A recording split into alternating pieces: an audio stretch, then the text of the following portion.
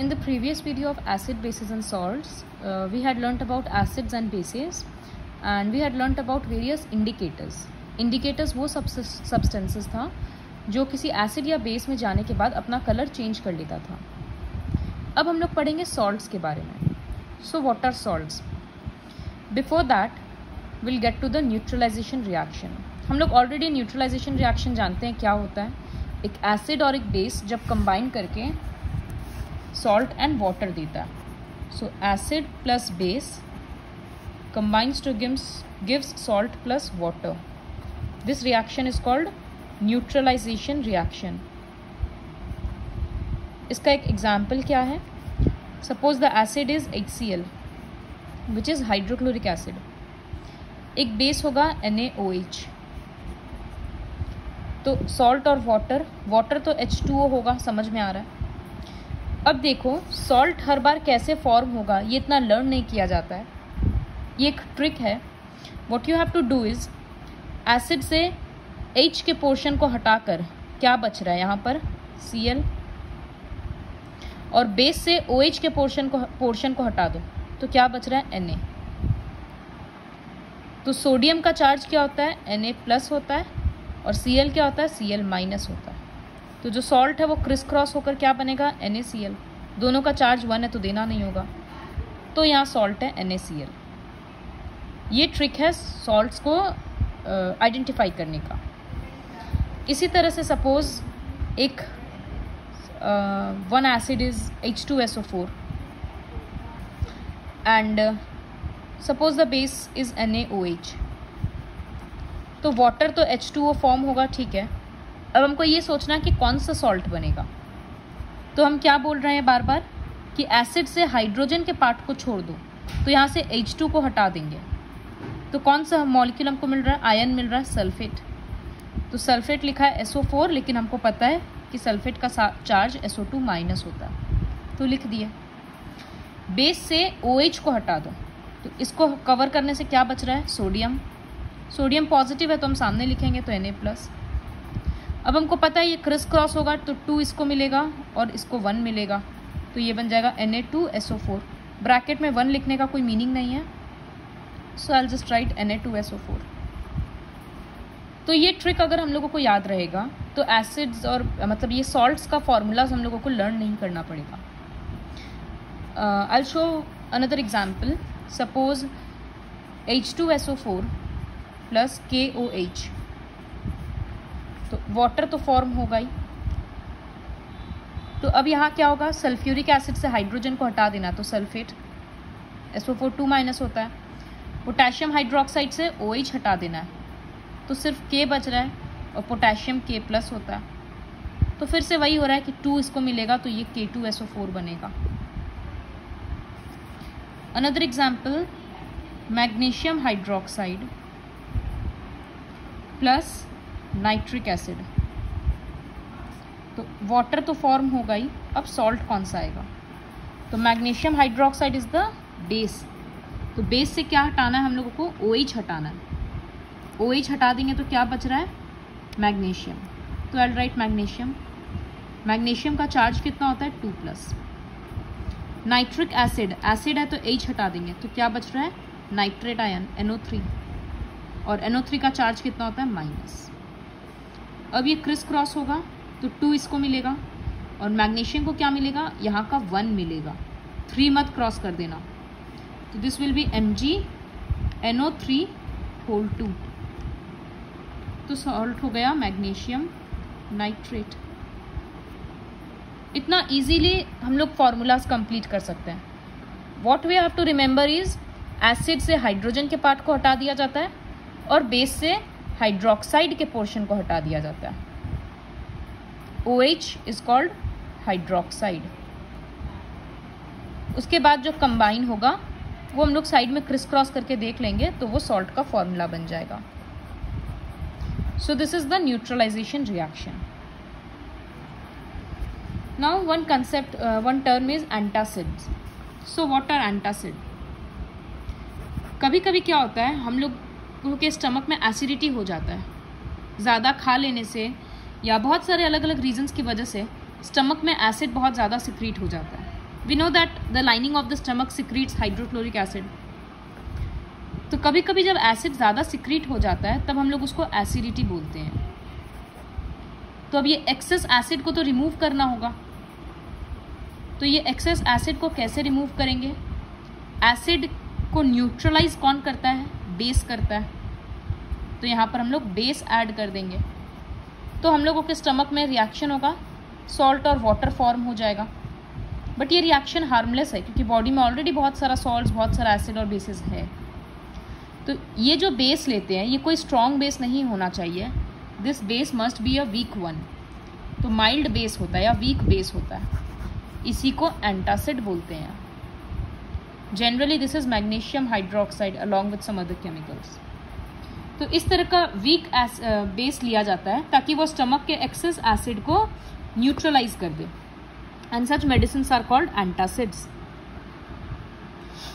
Now in this activity, the activity is not very clear in the photo, so इसमें जैसे activity में क्या है, एक एसिड हम लेंगे बीकर में, फिर सपोज इसमें हाइड्रोक्लोरिक एसिड है। नाउ ड्रॉप बाय ड्रॉप हम इसमें ब्लू लिटमस का सोल्यूशन डालेंगे, ब्लू लिटमस। तो लिटमस का एसिड में कलर क्या हो जाता है? रेड। तो जब यहाँ एसिड है, ये ब्लू लिटमस आएगा, तो एसिड में आने के कारण ब्लू से वो रेड हो जाएगा।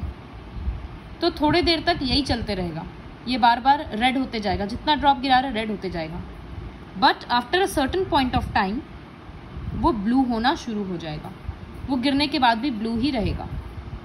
तो इसका मतलब क्या हुआ कि ये जो लिटमस आ रहा था ये एसिड का पावर को धीरे धीरे खत्म कर दे रहा। Sorry now if will add KOH,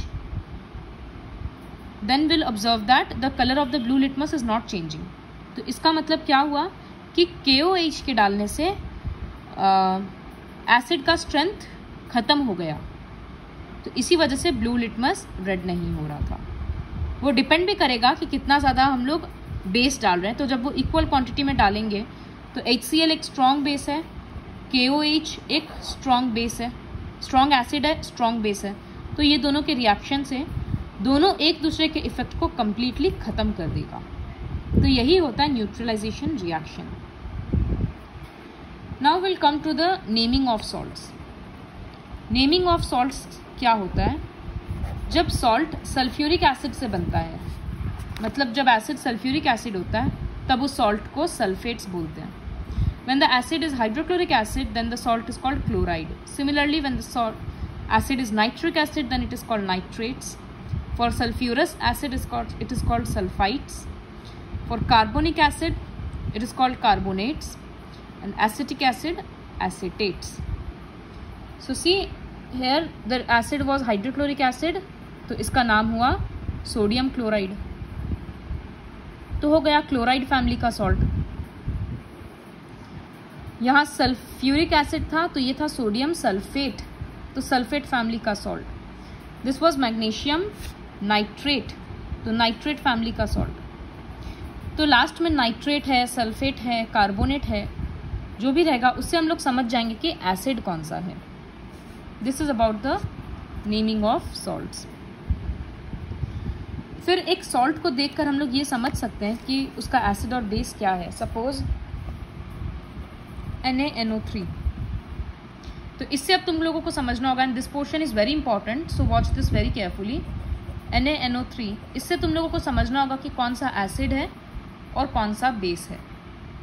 तो हम लोगों को पता है कि NO3 है मतलब नाइट्रिक एसिड है, तो ये पोर्शन तो नाइट्रिक एसिड के लिए हो गया। तो Na कहाँ से आया? NaOH से आया।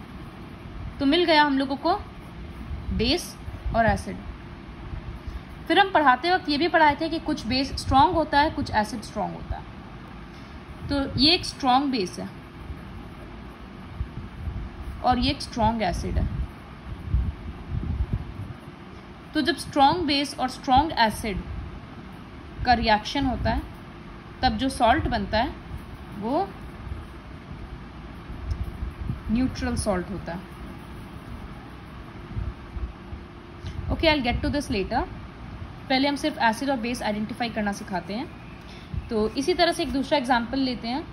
Suppose sodium sulphides. तो यहाँ पर SO3 है, इसका मतलब ये सल्फ्यूरस एसिड है, H2SO3, और सोडियम है मतलब NaOH है। तो फिर से हम लोग बेस और एसिड आइडेंटिफाई कर लिए। इसी तरह से suppose zinc acetate, CH3COO2Zn। Acetate है मतलब एसिटिक एसिड है, CH3COOH, और जिंक है तो एसिड तो हो गया, तो यहाँ हाइड्रोक्साइड ही रहेगा। तो जिंक हाइड्रोक्साइड का फॉर्मूला अगर नहीं पता है तो वो साइड में बनाना होगा। जिंक का Zn2+, हाइड्रोक्साइड का OH-। क्रिस क्रॉस होगा तो Zn को तो कुछ नहीं मिल रहा, OH में ब्रैकेट, तो ये ZnOH2 है। तो इस तरह से एक सॉल्ट को देखने से हम लोग एसिड और बेस आइडेंटिफाई कर पा रहे हैं। सपोज कैल्शियम सल्फेट है तो सल्फ्यूरिक एसिड है। अब कैल्शियम के लिए तो हाइड्रोक्साइड ही लगाना पड़ेगा, तो फिर से कैल्शियम हाइड्रोक्साइड का फॉर्मूला साइड में हम लोग प्रिपेयर करेंगे। Ca2+ होता है, हाइड्रोक्साइड OH- होता है। क्रिस क्रॉस करेंगे तो Ca ऐसे ही रहेगा, OH में bracket, so this will be CaOH2।